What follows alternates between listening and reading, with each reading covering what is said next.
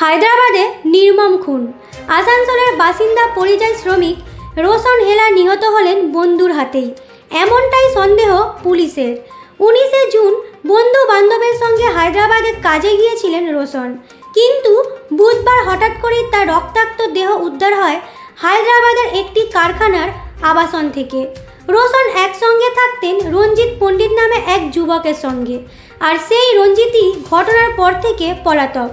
24শে June পরিবারের সঙ্গে শেষবার কথা হয়েছিল রোশনের, তারপর থেকেই ছিল নিখোঁজ।